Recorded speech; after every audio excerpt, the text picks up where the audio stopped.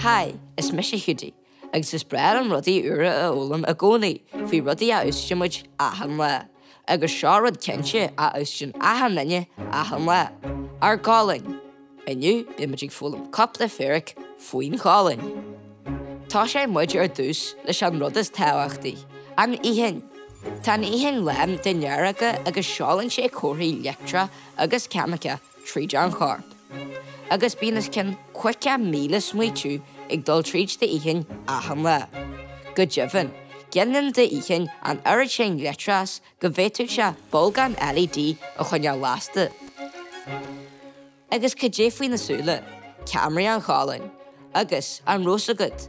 Tá má de thuúil mar a bheith camrán, go má 500 megapixelín ici, a tanis leidere ná an camera i do ón. Sís ón íchin go páirt eile den Cholainn, tena fiacla. Tás a gan go mói an méid fiacail a taig searc, a han rósagad góil de chuid fiacla hain, thócrai le fiacla searca. A faréir, neall 5 déag fiacail ag duine ina ghlagan mar a taig searc, mar sin tóir ar a dífa. Anis, ad leis an organ is mó sa Cholainn, an cracin. Sé is organ a tas a cracin, agus da manya did ba ha sé déag fan géad ní beéidirme.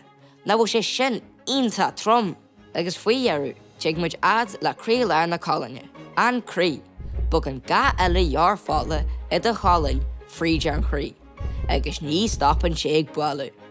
Agus is sé ceolhar fásta, me tá tú i ggéisteat le háran ar do chuid chlasan, bualaí de chrí ar an rithim cearna. Anis, tá fearchaí faoin Cholainn ar álas agad, seans na rálas agad cheana fin.